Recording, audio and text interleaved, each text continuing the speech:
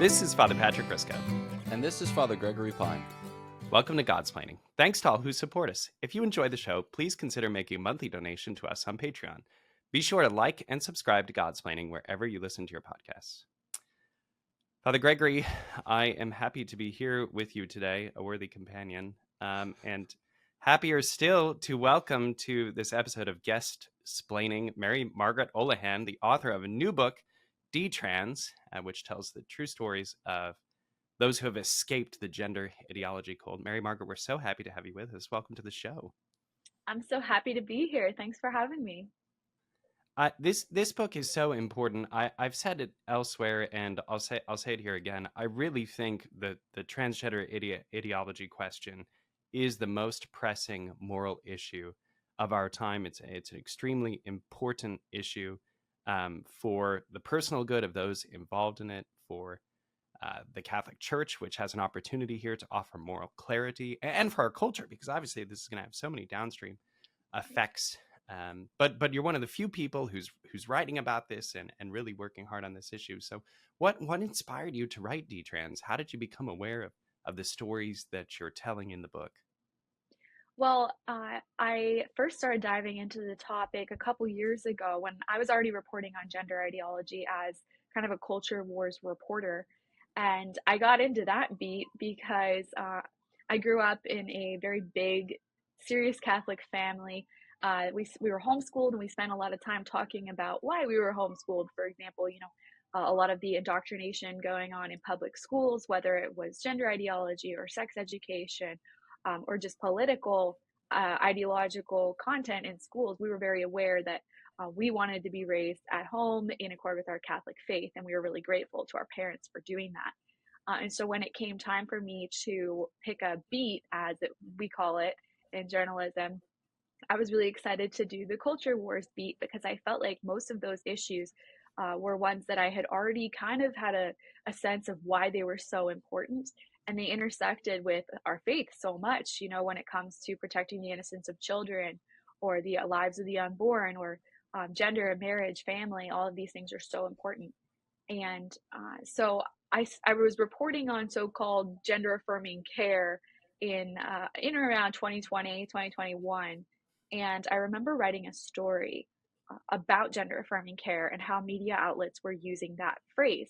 And my editor and I at the time were like, we think this is referring to surgeries, even for kids, but we're not totally sure. So I did a deep dive in this story, and I was just so profoundly disturbed to find out that gender affirming care at the time we thought was kind of just social transitioning. We thought it just kind of meant that at schools, teachers were calling kids by their preferred pronouns. That's what we kind of thought that gender affirming care was. But it turns out we now know it means transgender surgeries, hormones, and puberty blockers, even if we're talking about children. And it's a euphemistic phrase that was being pushed by all these outlets and activists at the time to try and mask the grisly realities of what was going on. And so after I wrote that story and did a little bit of a deep dive into gender affirming care and the groups pushing it and what it actually meant, I was very on the alert for more stories like this, and I was looking for people who had tried to go down this transition route and wanted to talk about it. And once I started looking, I couldn't believe how there had been this kind of resurgence in people online talking about trying to undergo gender transitions, or I like to say attempted gender transitions, because we know you can't actually transition. It's not possible.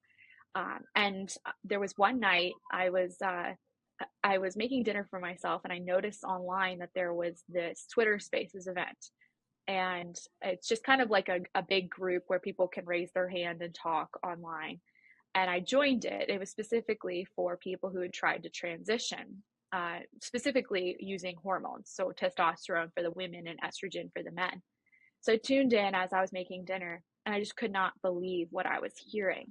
These people were describing how mentally and physically they had suffered from the hormones they were taking and what changes they had experienced, and all these different complicating factors that I had never heard of. It sounded kind of dystopian and kind of sci-fi, like in the way that they were describing how their lives had been changed. And also disturbing was, one person would speak and sound like a man and then reveal that she was actually a woman and her voice had been permanently altered by the testosterone. And a man would speak and describe how estrogen had affected him and changed his voice and changed his body. They were describing loss of fertility, loss of sexual function, all of these things that you would never hear about from what I call establishment media.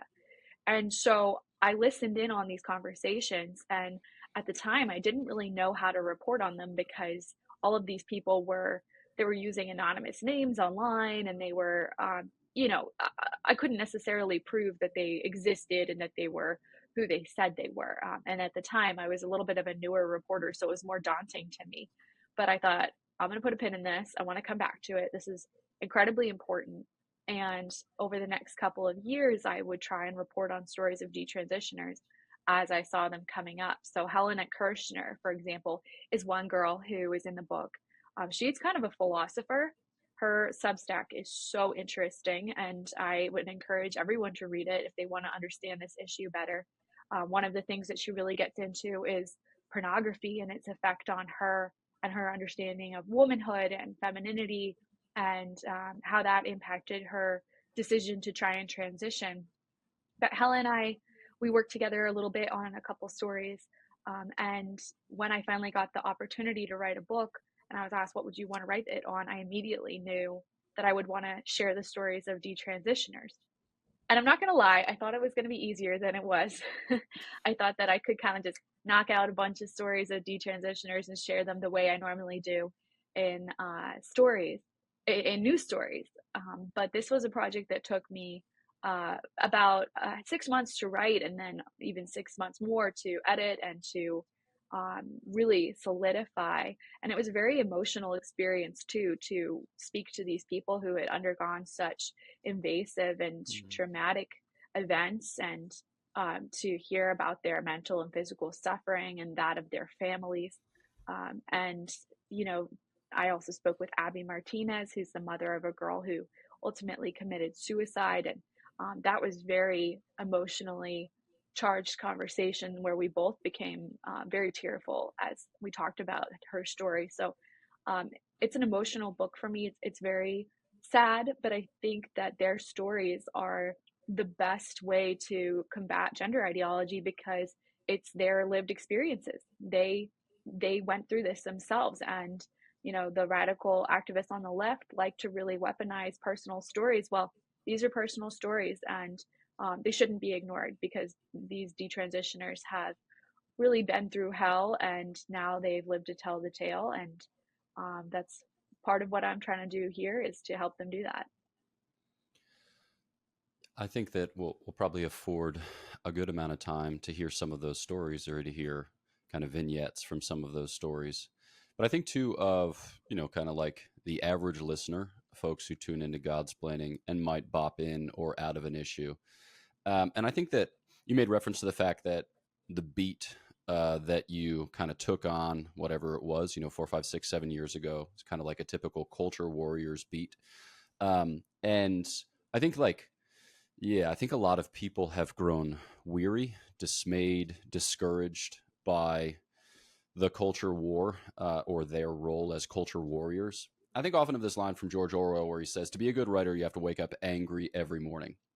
As Christians, I don't think that it's our responsibility to wake up angry every morning, but I think that we need to wake up like attentive, um, like caring, concerned, somehow involved, sufficiently so as to actually like lay claim to our responsibility and exercise our agency and be involved. So I think that like when it comes to this issue, my suspicion is that a lot of folks listening are perhaps ever so slightly exhausted by it, maybe embarrassed that they are exhausted by it, and somewhat bewildered as to how to proceed. And it can be difficult to like kind of conjure up sympathy when a lot of the punditry is just like, I'm angry about this and I'm angry about that. And, like many people just want to distance themselves from what seems like an overcharged exchange of anger. So like kind of in working with these people who tell their stories, how has that been for you an occasion of a kind of greater sympathy or a greater entry into the story as it is so, as Father Patrick described it at the outset, important for the present time and something in which we all need to invest to some degree or extent? Well, I certainly become weary of some of these culture war events as well. You know, as someone that's been reporting on them very closely for a number of years now, it is exhausting. But something that I like to sort of take refuge in is that the facts are so pertinent, and the facts are something that you can always cling to. No one can hold the facts against you necessarily. The truth will set you free, right? So when I report on these stories about the detransitioners, for example, that gives me a lot of comfort because I know these are their stories. These actually happened. These events are not just speculative. We're not waxing eloquent on our annoyances about them. It's just this is what happened, and so I think that for myself, I really uh, I find a lot of solace in telling stories that people can rely on versus just, you know, kind of commentating and getting angry. And I think a lot of people are weary of that commentation and that the kind of raging against the evil that we see in the world today. But if they're equipped with the facts, then they can talk about it calmly and briefly, which I think is underrated. You know, if we can just simply say, no, I don't support putting a child through a gender transition. There's many young kids that regret that. Here's the statistics on that, and here's why they regretted it. That's a lot more persuasive, I think, than a rant or a harangue about why you think these things are so wrong. So that's at least my take on it. And I think that I've found personally on social media and when I share my stories, typically I'll just say what happened. And I have been surprised by how far they will go and how many people will see them or interact with them just because they prefer to interact with the factual facts of the matter versus somebody's very aggressive take on it. Yeah, Mary Margaret, I agree with that, and I would like to add to that that that's how I like my homilies: clear and brief. And I don't think I'm the only one out there that has that preference. I can imagine if it hasn't come already that there's going to be a wave of reaction to the book. I suspect that those who are promoting gender ideology, promoting gender transitioning, so called, are going to be very interested in undermining the accounts that you've offered in the book. So what would you say to critics who would attack the book by saying, for example, that you've chosen to tell the stories of a few people that are representative of a minority experience? How do you address some of those concerns that you might perceive coming or that have already come towards the book? Yeah, I would tell them I'm telling these stories because no one else will. And so if they would prefer to tell the stories of other people, they can do that. But these are people who have been underrepresented in establishment media for a very specific ideological reason that organizations like the ACLU and the HRC and GLAD, all these very pro-trans, pro-LGBTQ groups, don't want detransitioners to be heard. And I'm not just saying that, that's something that they themselves talk about. They'll say, uh, transition regret is very rare. You shouldn't be promoting these stories. It harms transgender people, et cetera, et cetera. And so that's kind of part of the job I've perceived for myself in conservative media for a long time now is conservative media exists to fill the void that other outlets and media leave.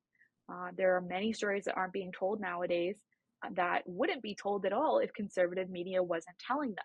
One good example is the Loudoun County rape scandal, where a poor girl in Loudoun County, Virginia, was assaulted in her bathroom by a boy wearing a skirt. And we all know the fallout from that. And many people believe that that was in large part what caused Glenn Youngkin to become governor of Virginia was parents being absolutely outraged by this story and the way the school district reacted to it and the way Democratic lawmakers and media reacted to it. And it kind of caused Virginia to turn red in that aspect and to elect a Republican governor. But uh, those are stories that story itself wouldn't have really surfaced if major conservative news outlets like the Daily Caller, the Daily Wire, and Fox News hadn't really put a lot of emphasis behind it to get it out to the American people. And we saw that during COVID as well in the pandemic. There were a lot of stories that just weren't being told, factually on coronavirus statistics or on governors and lawmakers who said one thing and then did another. And you could be on either side of this political spectrum, but I think you still should be able to acknowledge that there are certain stories that are unacceptable for establishment media to tell, at least in their eyes. And so when it comes to detransitioners, you can just look at how they've covered it.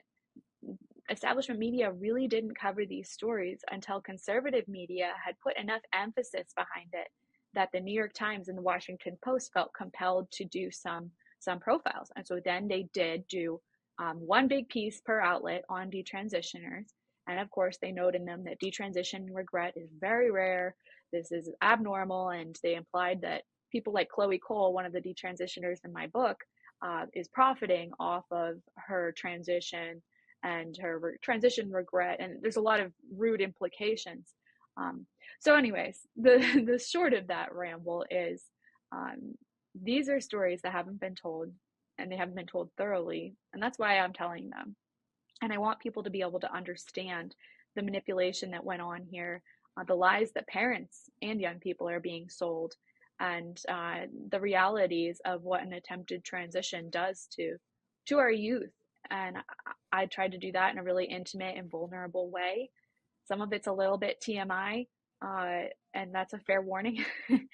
We get very nitty gritty here, but I also think that's important. I think that given all the euphemisms that establishment media uses to talk about these issues, I think it's really good to be blunt and plain and to be really factual when we're talking about all of this.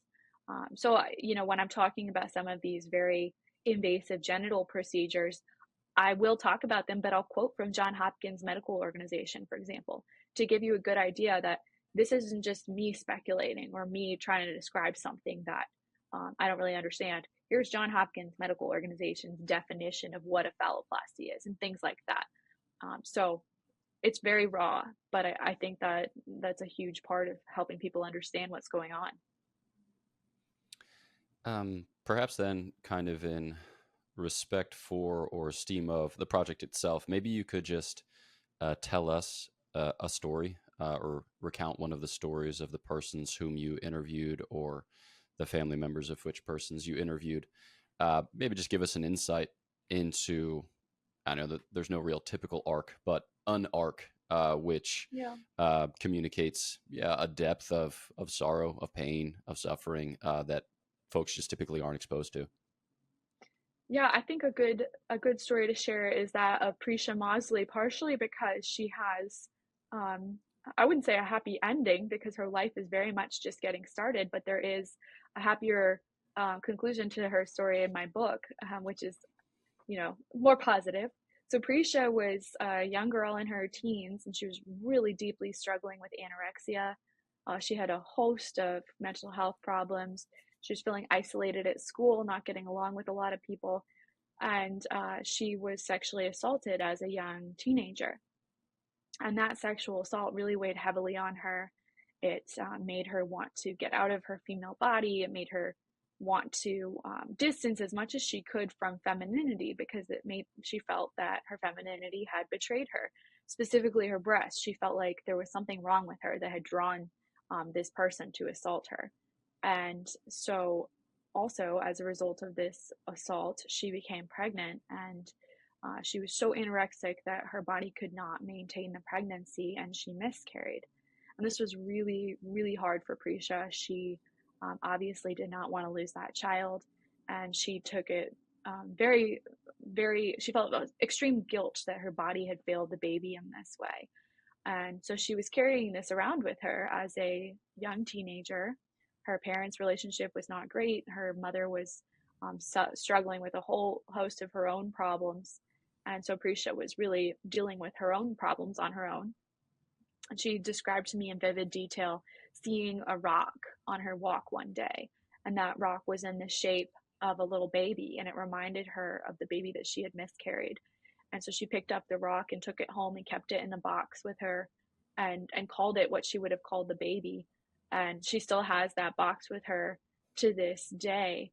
And I think that kind of gives you a good picture of how deeply emotional and traumatized she was by what she had already been through at this point. And now she was spending a lot of time on the internet. She was being exposed to a lot of pro transgender content online. And something that I think a lot of people don't realize is that the anorexia community online bleeds into the transgender community online. So for girls who are struggling with anorexia, there was a community called Pro An, where someone like Prisha would go on and receive support and accolades from other girls who were also anorexic and were trying to become as small and skinny as possible.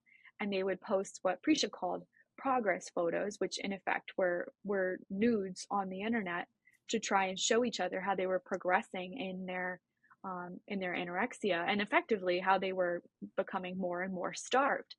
And that's interesting because mental health professionals and doctors would look at those photos and say, no, there's something wrong here. You're starving yourself to death. You're in danger. You need medical help. But when it comes to the transgender issues, that is not the way the medical community views that type of thing.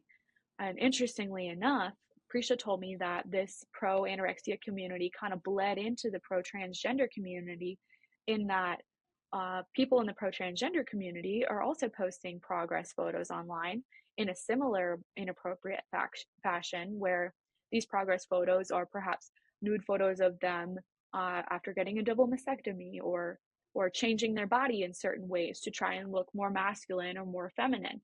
And so she slowly began to sift into this different community, and the people in these online transgender groups would tell her, oh, you're struggling or you don't like your female body, it's because you're actually a man. And slowly but surely, she began to believe that all of her problems were stemming from the fact that she was a guy, and that was why she had been suffering so much mentally. And so at this point, she went to see a therapist who was a gender affirming therapist, who encouraged her to explore this new identity, told her that yes, she was a boy, affirmed her. And since Prisha was a minor, she couldn't undergo these gender transition procedures without the permission of her parents. And so her parents had to consent to the whole deal. And this is a part that I think a lot of people don't fully understand. And I would like to caveat here that there are many parents who are evil and very selfish and narcissistic, and push their kids into transition in a desire to promote themselves, and to have some kind of status on social media or with their friend group. And that is very wrong, and obviously not something that we would condone. But it is a different animal than what I think a lot of these other situations have panned out to be, which in Prisha's case involved her parents loving her, not wanting their daughter to go through an invasive gender transition, and going to seek the help of medical professionals who they should be able to trust to tell them what the right thing to do here is. And, they're hearing all the rhetoric of loving and affirming and doing what's best for their daughter. So in this case, Prisha's mother talked to her therapist and was very concerned about this route. And what the therapist and the doctors told her parents was, if your daughter isn't allowed to receive so-called gender affirming care, then your daughter may kill herself. And this is a line that's given to many, many parents. This exact line is, would you rather have a dead daughter or a living son?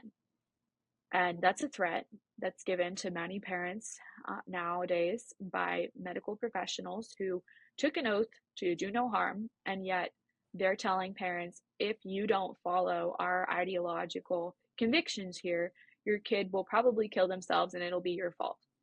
And these parents, who are usually just, average American parents who are not super keyed into politics, they love their kids, they don't want their kids to suffer, they don't really want to go out away from the norm. They're not super looking to push boundaries. And so what do? They trust in medical professionals and they go along with it.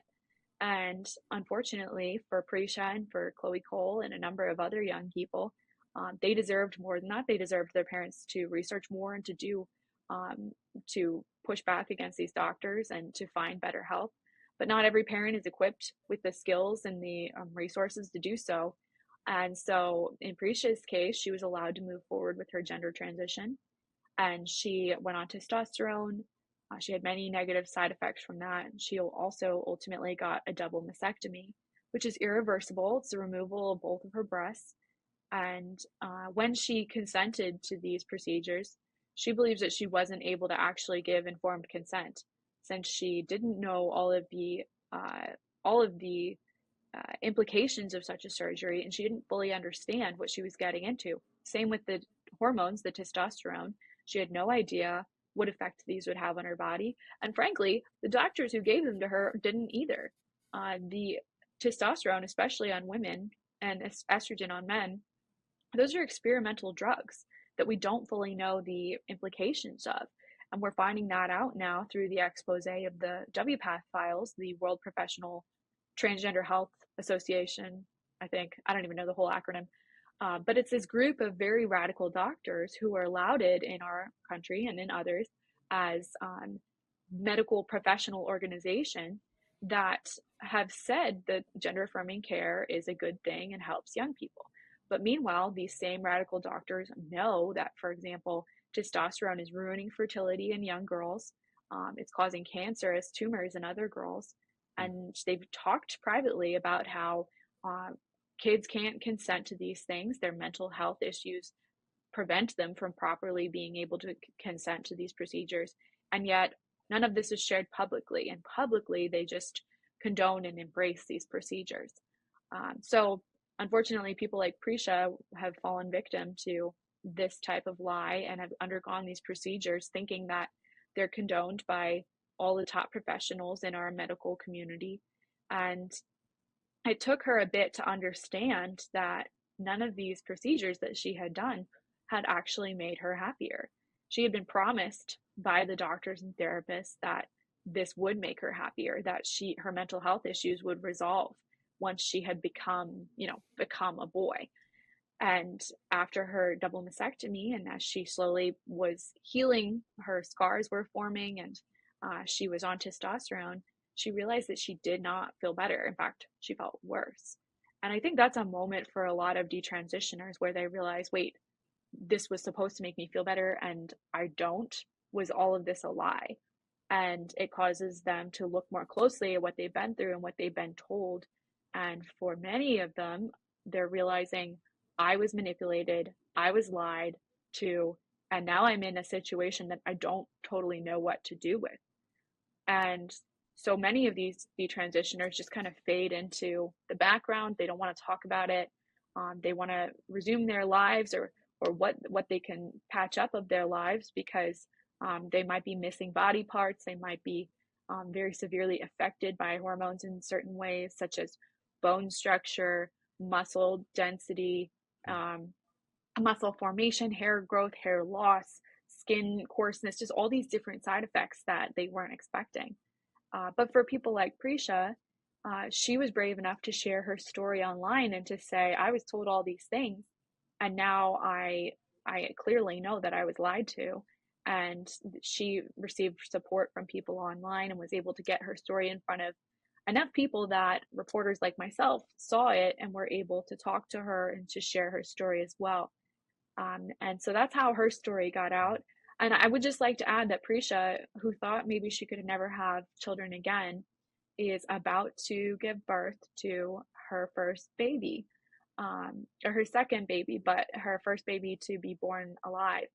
And that's a really beautiful gift from God for Prisha, that she's going to be able to be a biological mother to a baby that is her own. And I think that's really beautiful end to her so-called gender journey, because not every person that goes through this type of transition is able to have children after all. And Prisha is blessed to be able to do so, and I'm so happy for her. Right. That note is especially hopeful. I mean, in Mary Margaret, in the time that remains to us, what are the kinds of things that we can be doing to support detransitioners, especially in the Catholic community? Mm-hmm. How can we help them to know that they're loved, that the church is a place where they'll be received, where they can meet the healing graces of Christ, and where their lives can be renewed and restored? I think that the Catholic community is really well equipped to be welcoming detransitioners, because something that a lot of the detransitioners really need to hear is that they are loved by God in their uniqueness as a human being, right? And I think that a lot of them have been trying to learn this in a secular fashion on their own, where they're trying to understand I am unique in who I am. I don't have to fit into certain boxes. I don't have to pressure myself to be a certain way. I should just try and relax and be the person that I was created to be. And I think Catholicism comes into that picture very well, because they're craving love, they're craving understanding of who they are, and it's Catholics should be able to offer that to them in a very low stress, um, loving manner, and just in saying, yes, you are loved, you are uniquely created, and we want to love and celebrate you just for who you are. Um, and I think that's something that radical leftists try and say in a different way. They try and say you are perfect no matter who you want to be or what you are, but it's not hinged on the proper understanding of human dignity, right? Right. We can accept and understand who someone is, without affirming a fake identity or affirming things that are not true and good. So I think the Catholic Church is in a great place to be welcoming detransitioners and loving them, and I hope that we can do more of that.